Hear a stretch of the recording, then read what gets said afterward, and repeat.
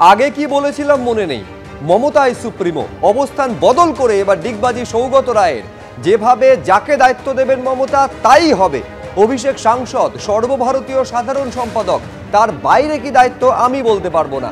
আগের অবস্থান থেকে আজকে উল্টো সুর শোনা যাচ্ছে তৃণমূল সাংসদ সৌগত রায়ের গলায়।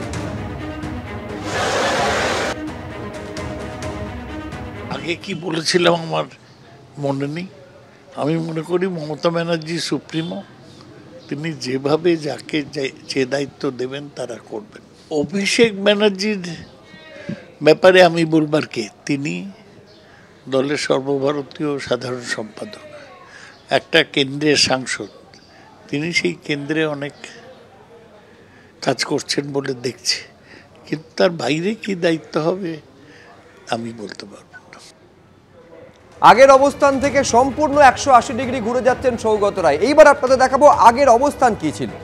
গত বছরের 4 নভেম্বর কি বলেছিলেন এই সৌগত রায়, দেখুন। মমতা ব্যানার্জি তো সরকারি প্রশাসনিক কাজে অনেকটা সময় দিতে হয়।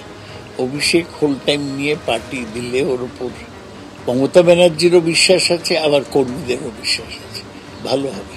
একই লোক চালাতে পারে নাকি, লোড নিতে পারে একটা এত বড় 10 কোটি লোকের রাজ্য? মমতা বন্দ্যোপাধ্যায় শেষ কথা, কিন্তু পার্টির ডে টু ডে চালানোর ক্ষেত্রে একজন কাউকে দায়িত্ব দিতে হয়, সেটাকে অভিষেক, আর কেউ নেই।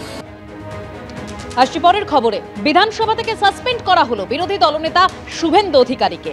এই নিয়ে 4 বার সাসপেন্ড হলেন বিরোধী দলনেতা শুভেন্দু অধিকারী, আর এবার 30 দিনের জন্য সাসপেন্ড করা হলো।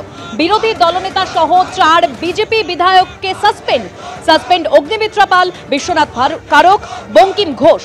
পুলিশ দিয়ে সরস্বতী পুজো মুলতবি প্রস্তাবে আলোচনা চেয়ে গন্ডগোল বাঁধে। অধ্যক্ষের চেয়ারের দিকে কাগজ ছোড়ার অভিযোগ শুভেন্দু অধিকারীর বিরুদ্ধে।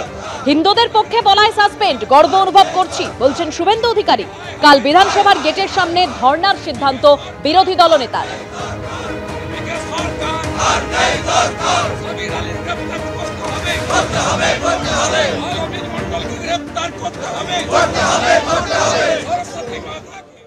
সরস্বতী পুজোয় হামলা নিয়ে হাইকোর্টে মামলা হয়েছে। সশস্ত্র পুলিশ আইপিএসদের দিয়ে পুজো করাতে হয়েছে।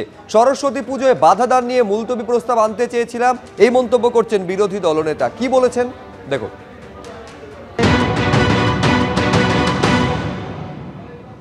যেভাবে সশস্ত্র পুলিশ আইপিএসদের নেতৃত্বে উপস্থিত থেকে সরস্বতী পুজো, শ্রীপঞ্চমী, পুষ্পাঞ্জলি শিক্ষা প্রতিষ্ঠানে পালন করা